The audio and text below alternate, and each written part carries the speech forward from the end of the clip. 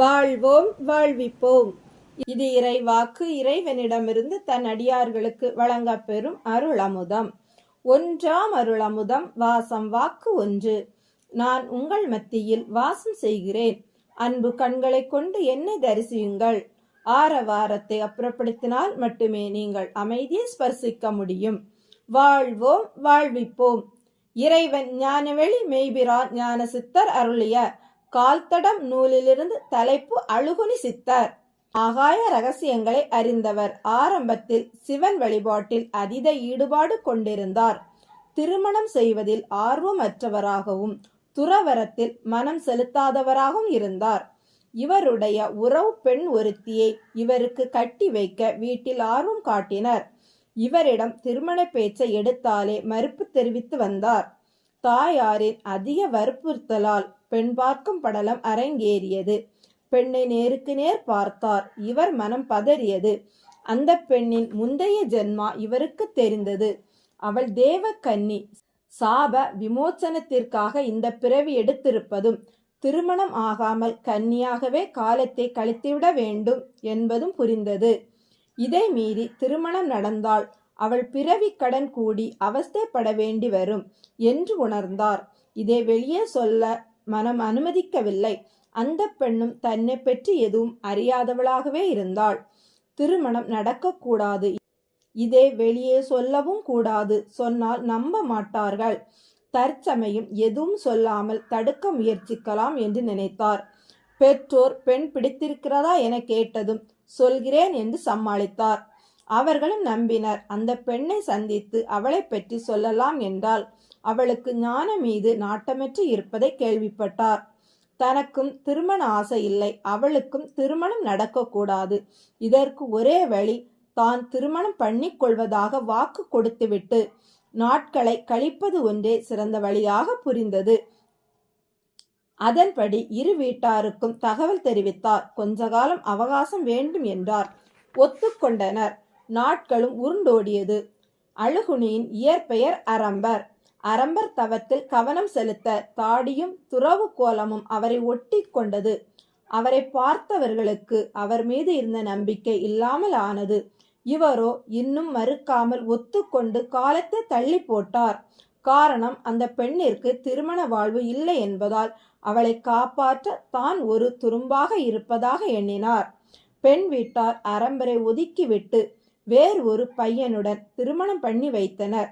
திருமணம் முடிந்த பிறகே அரம்பர் விஷயத்தை அறிந்தார். இவரால் ஒன்றும் செய்ய முடியாத நிலை. மனம் வருந்தினார். திருமணம் நடந்தும் அவர்கள் தாம்பத்தியத்தில் இன்னும் இறங்கவில்லை. ஜோதிடர் சாந்தி முகூர்த்தத்திற்கு நாள் குறித்து கொடுத்தார். திருமணமாகி 20வது நாள் சாந்தி முகூர்த்தம் நடத்த அனுமதிக்கப்பட்டு அன்று காலை கடலில் போய் தம்பதியர் இருவரும் குளித்துவிட்டு வர குறித்து கொடுக்கப்பட்டது. அதன்படி கடற்கரையில் குடும்ப சகிதம் கூடியிருந்தனர். கணவன் மனைவி இருவரும் கடலில் இறங்கி குளித்தனர். நேரம் ஆக ஆக அவர்கள் இருவரையும் வெளியே வர உறவினர்கள் அழைத்தனர். கணவனோ தன் மனைவியை தேடிக்கொண்டு இருப்பதாக கூற மற்றவர்களும் கடலுக்குள் மூழ்கி தேட மணப்பெண் கிடைக்கவில்லை. அனைவரும் சோகத்தோடு வீடு திரும்பினர்.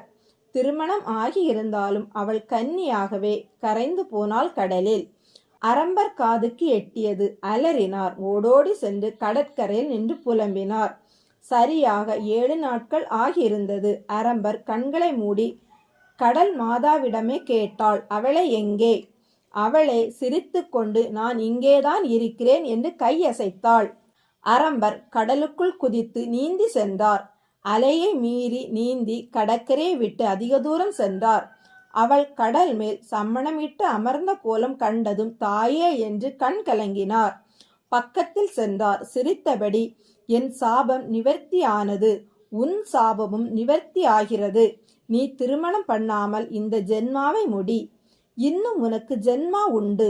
எந்த ஜென்மாவில் நீ என் மடியின் மேல் அமர்ந்து தவம் புரிகிறாயோ அதுவே உன் கடைசி பிறவி என்றபடி மறைந்து விட்டாள். அங்கேயே பாறையாக வளர ஆரம்பித்தாள். திருமண ஆசை இல்லாத அவருக்கு அது ஆறுதலாக இருந்தாலும் எந்த ஜென்மாவில் இவள் மடியில் இருந்து தவம் செய்வது என்ற குழப்பத்தோடு கரை ஏறினார். அந்த குமரியை இழந்த கடற்கரையில் இருந்து அழுதபடியே ஒவ்வொரு ஊராக கடற்கரையில் சுற்றி பாடி தன் காலத்தை நாகையில் முடித்தார். ஆண்டுகள் கொஞ்சமல்ல அளவிறந்து ஓடின. வாக்குகள் பலித்தது. ஆம், அரம்பர் பல பிறவிகளை முடித்து மீண்டும் குமரிமுனை தேடி வந்தார், நரேந்திரர் என்ற பெயரோடு. உள்ளே பழைய நினைவுகள் கொப்பளிக்க கடற்கரையில் நின்று பார்த்தார். அவள் சிரித்தாள். உயர்ந்த பாறை வடிவத்தில் பாய்ந்து சென்றார். பாறை மீது அமர்ந்து நாட்கள் கணக்கில் தவம் புரிந்தார். ஜென்ம முக்தி கிடைத்தது. விட்ட குறை தொட்ட குறை நரேந்தர் திருமணம் பண்ணாது தன் காலத்தை முடித்தார்.